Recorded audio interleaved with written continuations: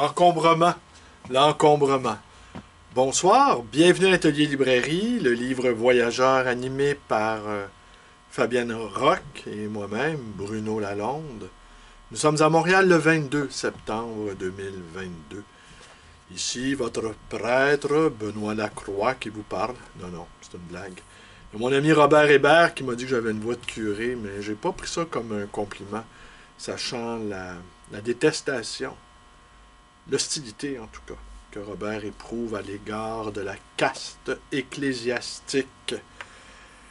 Cette nuit, justement, parlant de curé, parlant de Dieu, allons-y directement, je me suis réveillé en plein milieu de la nuit et j'ai entendu ceci qui est apparu dans mon esprit. Dieu existe, il est amour, mais démerdez-vous.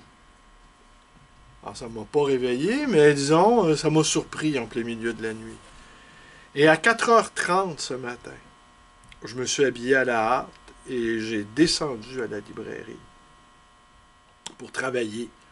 Parce que l'encombrement, vous avez entendu le bruit du livre qui vient de chuter, l'encombrement est tel que c'est vraiment mes 2000 livres qui rentrent en une journée. C'est beaucoup de livres, ça. Des caisses et des caisses consacrées à Joseph Staline dans les deux langues. Il avait une fixation sur Staline, cet auteur-là, assurément. Aussi, je ne sais si Astérias 666 écoute cette vidéo, mais vous me disiez que... Vous me disiez... Ah, il y a quelqu'un qui veut rentrer. Attendez une seconde.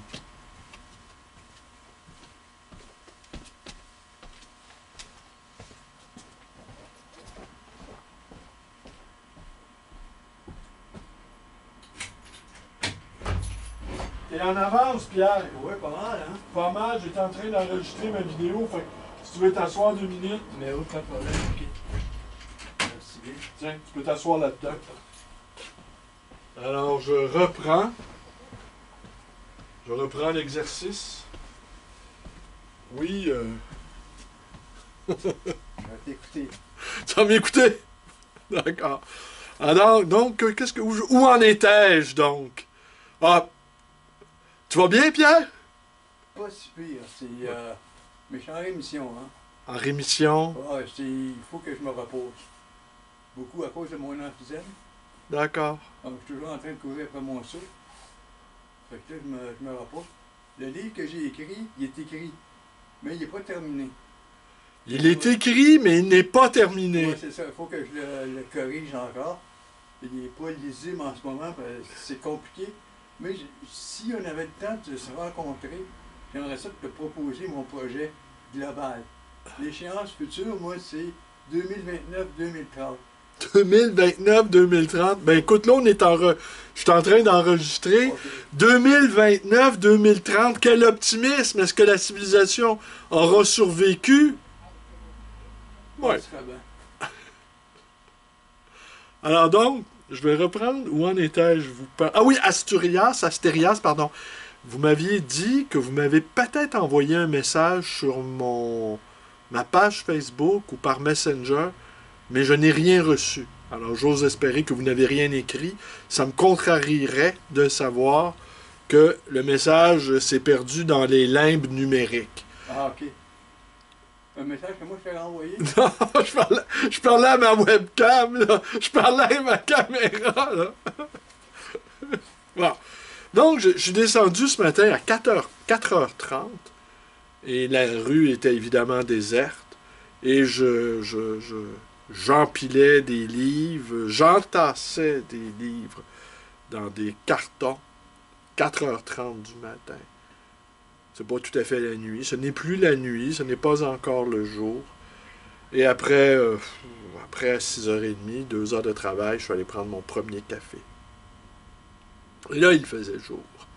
Cette heure bénie, hein, l'aube, le commencement du monde, disent les poètes perses. Personnellement, j'adore les aubes. Et cette phrase de Stendhal, que vous connaissez tous, évidemment, la vie est faite de matinées.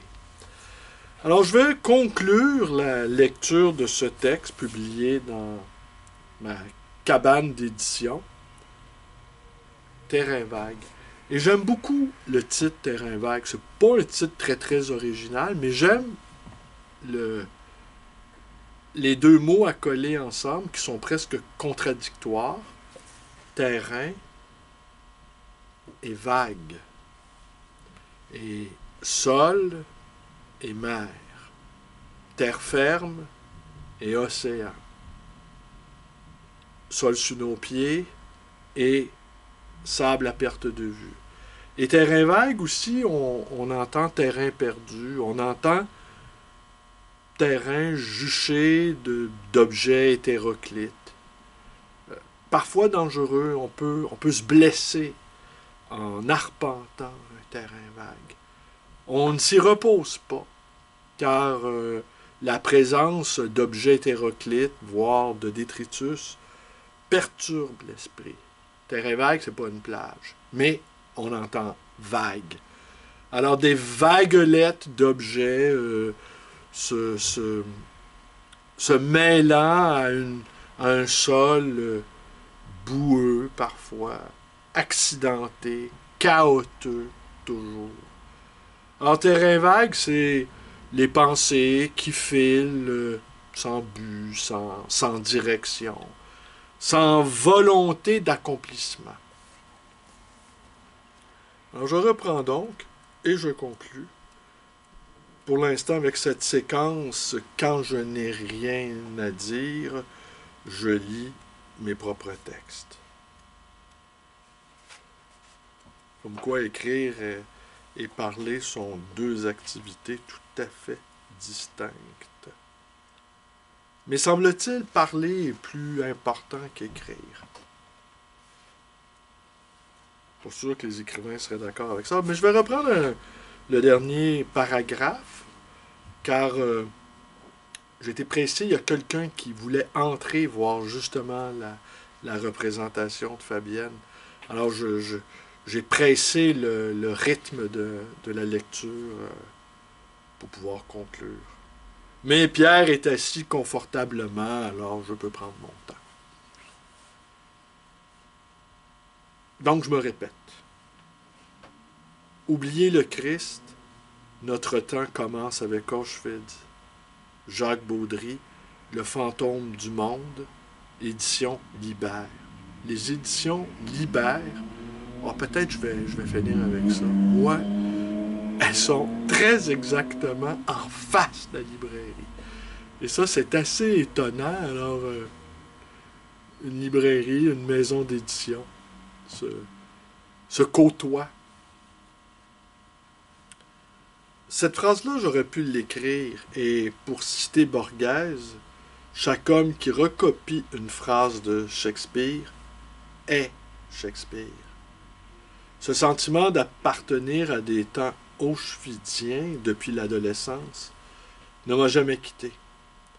Je ne compte plus le nombre d'auteurs qui ont nourri cette amère et affolée réflexion, de Primo Levi à Charlotte Delbo, et les autres aussi, les non-survivants, mes contemporains, Yannick Enel, François Méronis, Giorgio Agamben.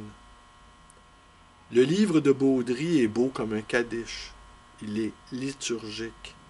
Une écriture aussi maîtrisée, je la reçois comme une sanctification. Mais, avons-nous le droit d'être en prière, dans le ravissement, quand tout concourt à notre asservissement? La question pour moi demeure béante. Je n'ai jamais su y répondre. Le mystère de l'iniquité, du mal, silence. Est-ce qu'un beau livre comme celui de Baudry peut contribuer à endiguer les flots saumâtres qui montent? Que sa simple existence est baume, talisman et gris-gris? Honnêtement, je n'en sais rien.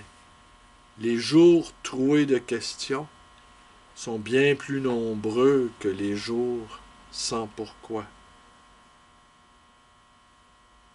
à une virgule près. Emporté par mon enthousiasme, j'entrepris d'interroger Jacques Baudry sur sa pratique d'écriture. Méthode, attitude, diététique. Est-ce que la lecture fait partie de son travail d'écrivain, puisqu'il travaille avec les mots souches des autres? Non. Deux activités séparées et distinctes. Travaille avec discipline, mais pas toujours avec des résultats probants ou satisfaisants à ses yeux. Il me cite ce mot de Nabokov à qui on demandait ce qu'il avait écrit dans sa journée et qui répondit « Ce matin, j'ai ajouté une virgule. Et en après-midi, qu'avez-vous fait? Je l'ai enlevé. »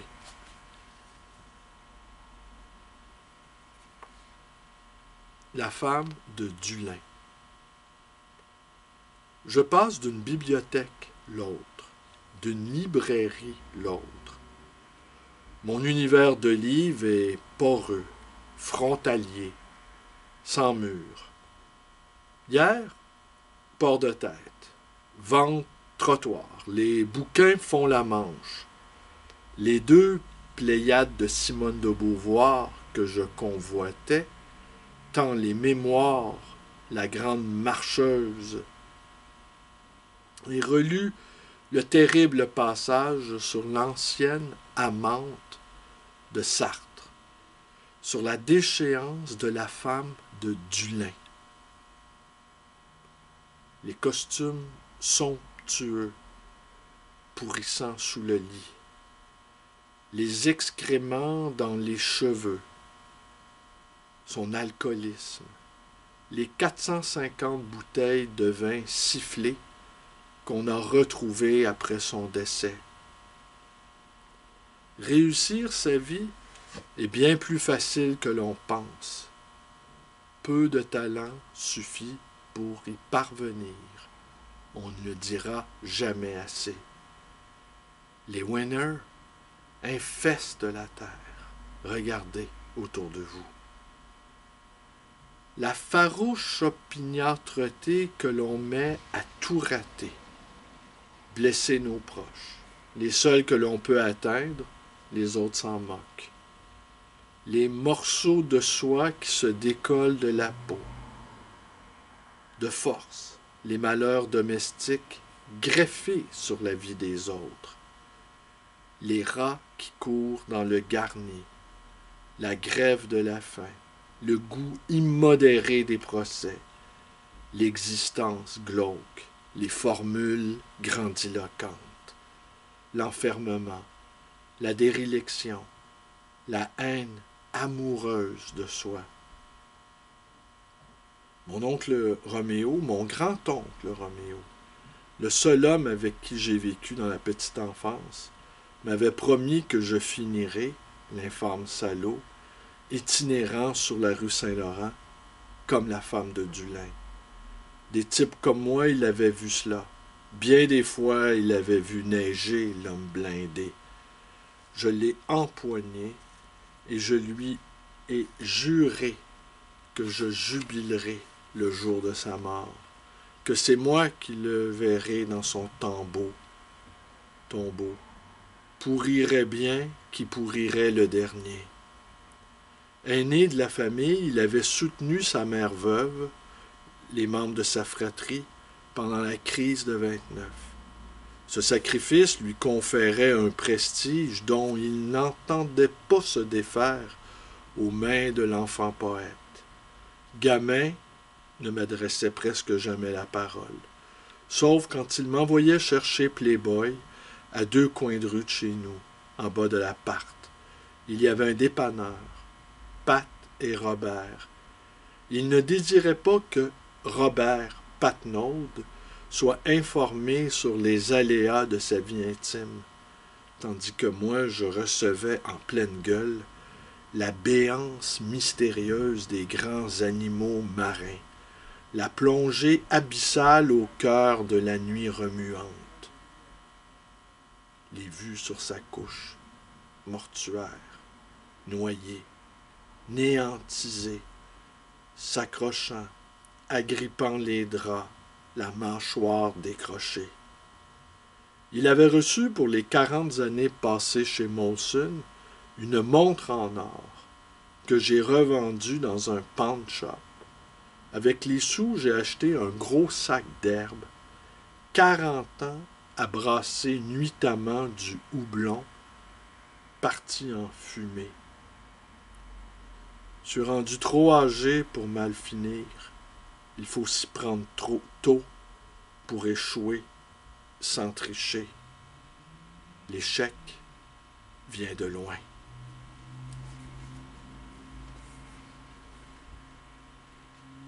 Blason pensée. Une chose sacrée en ce monde, la liberté de parole. Progrès moral et éducation ne sont ni complémentaires, ni antinomiques. Faut être bien infatué pour les croire reliés.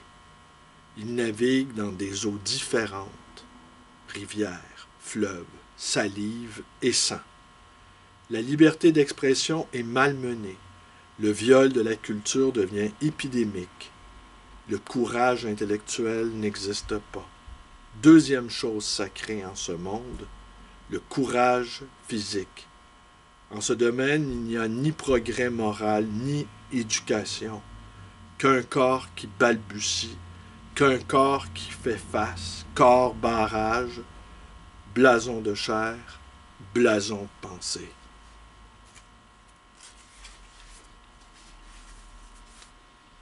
Scribes spectraux. Cet isolement a formé mon caractère, mon rapport aux autres et a influencé mon écriture hantée par les écrivains. Écrivains accessibles par la seule lecture de leurs textes. Fantômes bienveillants dont les voix m'accompagnent, avec lesquels je dialogue, supplantant parfois l'échange avec les praticiens vivants. Eric Ibsen, Alfred de Musset, Tennessee Williams, Jean Rice ou encore Thomas Bernard et Marguerite Duras. Le rapport que j'ai entretenu avec ces spectres est purement contemplatif. Cet isolement et cette proximité avec des écrivains disparus ont favorisé et développé mon seul luxe, celui de la contemplation. Ce qui va de soi pour un enfant. Contempler, appréhender le monde avec un regard neuf et l'éprouver par cette neuve réflexion, se perdre ou se dilue à l'âge adulte. Pour une contemplation subversive, Christophe Pellet, édition L'Arche. Auguste Strindberg et le théâtre des variétés. Strindberg a écrit une pièce pour répondre à la remarque de Nietzsche qui rendait Socrate responsable de la destruction du théâtre. Voilà le genre de choses que j'apprends dans une journée normale de libraire. On imagine bien Socrate, dubitatif, allant à la mort en se gaussant de ses juges tortionnaires, et son épouse marâtre en arrière-plan, transformant en vaudeville une tragédie philosophique.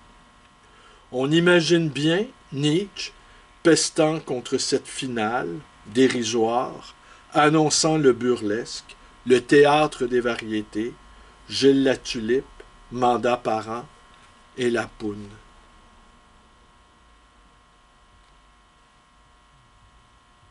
Confort à toute épreuve.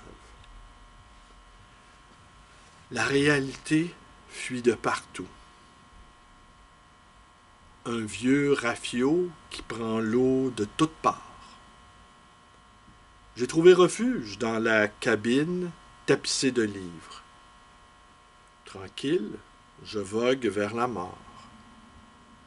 Toutes mes connaissances me sont parfaitement inutiles. De l'eau sablonneuse entre les doigts. On ne déserte pas l'océan. Le demandeur d'asile ne s'adresse pas à la ligne d'horizon. Les migrants en savent quelque chose. Sursaut d'horizon.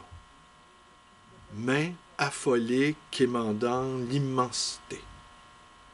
Décombres flottantes, fond de cale, suie humaine. De partout la réalité fuit. Barque de sauvetage fantôme, oublieuse. Des ombres fuyantes sous la coque, fossoyeuse d'horizon. Le moindre souffle est dévoré. Les transfuges de la mer en savent quelque chose. Je demeure blotti dans ma cabine, crique intime, proche du ressac, mais terriblement confortable. Confort à toute épreuve. Objectif plancher. Assez fait de sous aujourd'hui. Assez fait de sous pour aujourd'hui. Objectif plancher atteint. Place à la poésie maintenant. Alors c'est tiré de Sortie de route, le numéro 10, la compagnie numéro, de ma cabane d'édition. Je vous remercie d'être avec moi et à demain. Voilà, Pierre.